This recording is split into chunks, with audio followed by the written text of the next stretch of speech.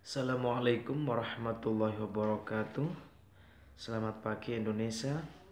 Selamat pagi anak-anak hebat. Salam inovasi, salam berkreasi. Tetap semangat dan jaga kesehatan. Jangan lupa berdoa, mudah-mudahan anak-anak selalu diberikan kesehatan dan diberikan ilmu yang bermanfaat.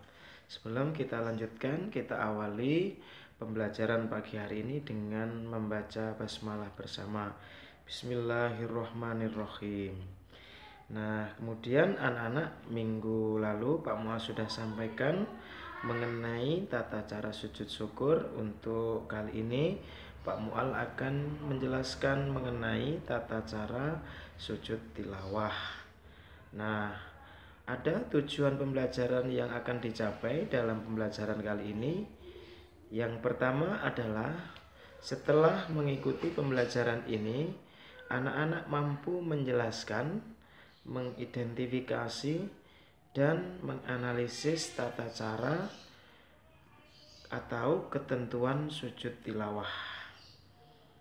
Nah, untuk penugasan, Pak Mual akan memberikan penugasan insya Allah minggu depan, yaitu tes tulis dan penugasan. Anak-anak, marilah kita mulai untuk pembelajaran pagi hari ini. Yang pertama, Pak Mual akan menyampaikan mengenai pengertian sujud tilawah. Sujud tilawah menurut bahasa berasal dari bahasa Arab, yaitu tala yatlu tilawatan, di mana kata tilawatan berarti bacaan. Sedangkan pengertian menurut istilah, sujud tilawah adalah sujud yang dilaksanakan seseorang karena atau setelah membaca atau mendengar ayat-ayat sajadah dalam Al-Quran.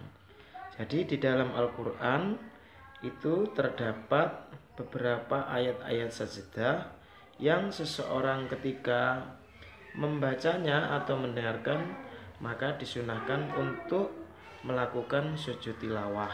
Nah, apa tujuannya? Tujuannya adalah memberikan keagungan kepada Allah atau pengakuan bahwa diri kita ini adalah sangat kecil dan tidak ada apa-apanya dibanding Allah Subhanahu wa taala.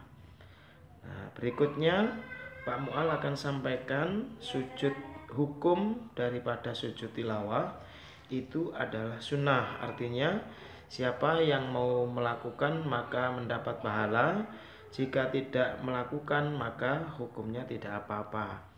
Namun berbeda pada pelaksanaan sujud syukur, sujud tilawah itu ada ketentuan khusus, yaitu ketika pelaksanaan dalam sholat maka harus mengikuti imam. Ketika imamnya melakukan sujud tilawah maka makmum harus mengikutinya. Jika tidak maka makmum tidak boleh melakukan sujud tilawah sendirian.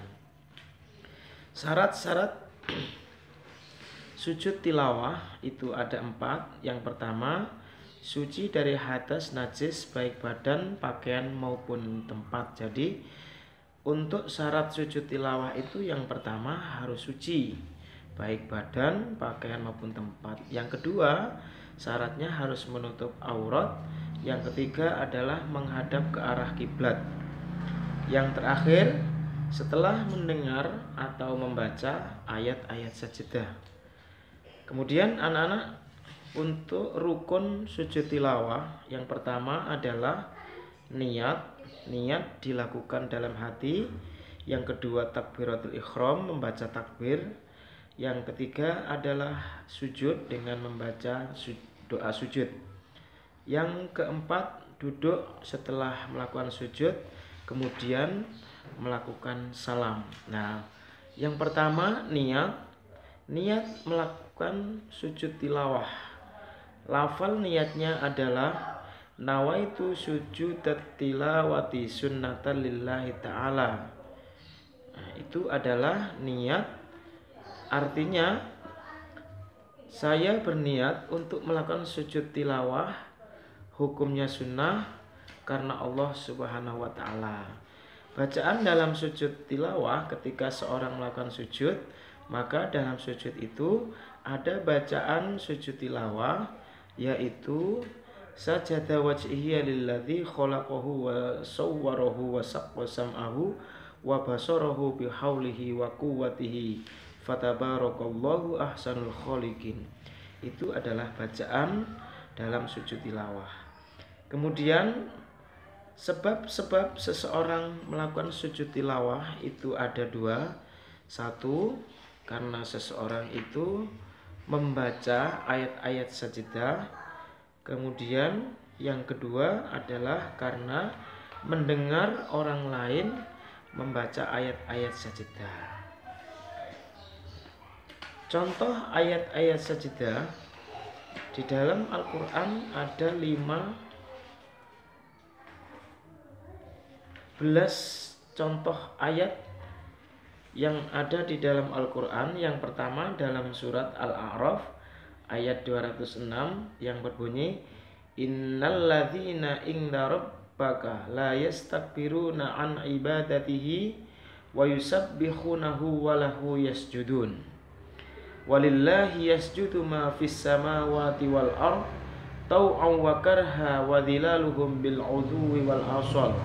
Itu adalah ayat yang terdapat dalam surat Ar-Ra'd ayat 15. Kemudian pada surat An-Nahl ayat 49 yang berbunyi, wallahi walillahi yasjudu ma fis samawati wa ma fil ard min dabbati wal malaikatu wa hum la yastakbirun. Dan ada ayat-ayat yang lain yang jumlahnya ada 15 di dalam Al-Quran. Kemudian untuk tata cara pelaksanaan sujud tilawah itu ada dua cara. Satu, sujud tilawah dilaksanakan di dalam sholat.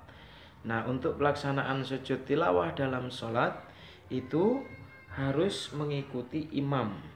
Ketika imamnya itu melakukan sujud tilawah, maka makmum harus mengikuti pelaksanaan imam, yaitu sujud tilawah.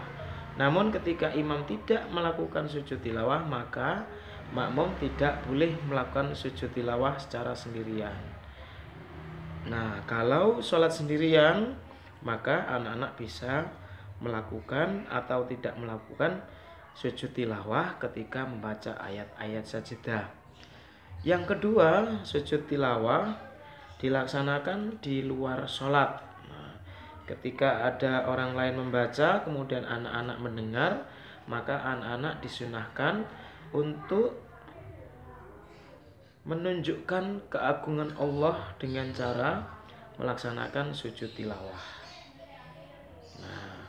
Kemudian perbedaan antara sujud syukur dan sujud tilawah, yaitu satu, sujud tilawah dapat dilaksanakan di dalam dan di luar sholat, sedangkan sujud syukur hanya dapat dilaksanakan di luar sholat.